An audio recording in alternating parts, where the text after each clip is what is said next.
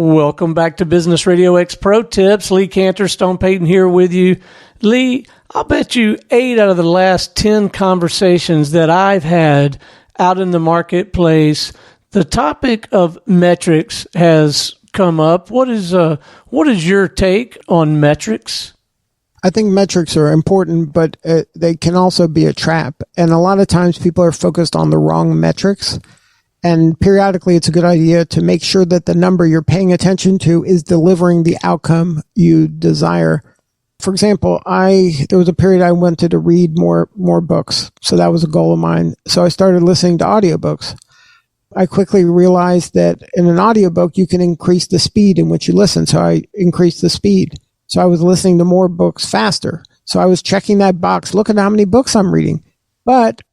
And I didn't take long to realize that I wasn't remembering much of any of the books that I was quote unquote reading.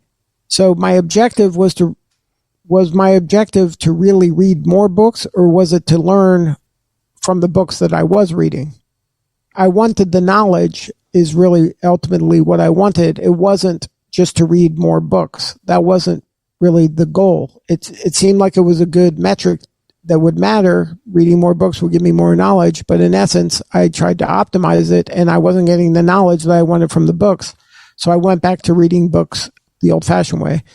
And, the same can work in weight loss. Do you want more steps, or do you want to lose, or do you want less weight? Sometimes steps don't equate to losing weight, and you might have to increase the intensity.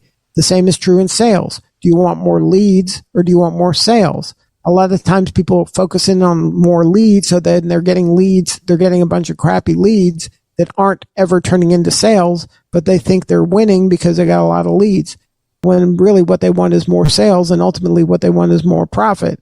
So make sure you're focusing on the right metrics if you want the results that you desire.